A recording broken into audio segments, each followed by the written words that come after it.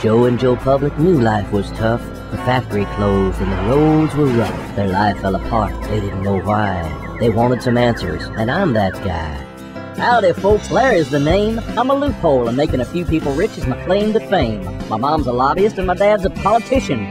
They make loopholes like me to give companies all kind of advantages that regular people like you don't have. Now you've probably heard terms like leveraged buyout or private equity, but didn't really know what they were or how they affected you.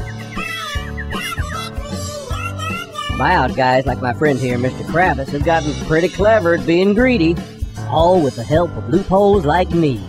You see, first thing Mr. Kravis does is find a company he wants to purchase. But as you might guess, if you care to try, a company is pretty expensive to buy. So he gathers investors to put some cash down, then borrows the rest from banks around town. Now here comes the trick, and it happens pretty quick. When you buy a house or car, you have to pay back the loan, of course. But thanks to loopholes like me, the buyout guys don't have to pay back the loans. Oh yes, the company they just bought is responsible for the debt, and now that company has some big old loan payments to make. All the new debt makes finances tight, so they figure maybe some layoffs and sell-offs might make things right. Sorry, Joe, it's time to go.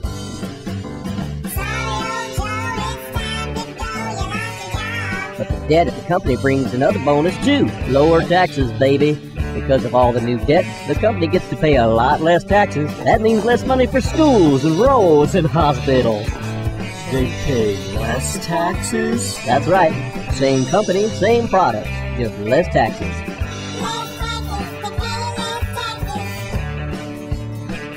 Only one more part remains. Now let me tell you about capital gains. When a private equity firm sells the company, the buyout guys take 20%. That's called carried interest. And that carried interest that Mr. Kravis collects gets taxed at only 15%. So while he makes more than $1 million a day, he's taxed at a lower rate than most of you pay. What about the roads and the schools? You need to move to a better neighborhood. Mr. Kravis has got it all figured out, and your little problems aren't what he's about. Now before you turn to a life of crime, let's go over it one more time. Kravis finds a company he wants to get, runs it into a whole lot of debt. Debt that's not his job to pay, and makes for less taxes anyway. The company gets a big old loan. You lose your job and foreclose your home. The company gets sold again, a lot of fees for him and his friends. He works it so he pays less taxes. It's a tough lesson, but them's the faxes.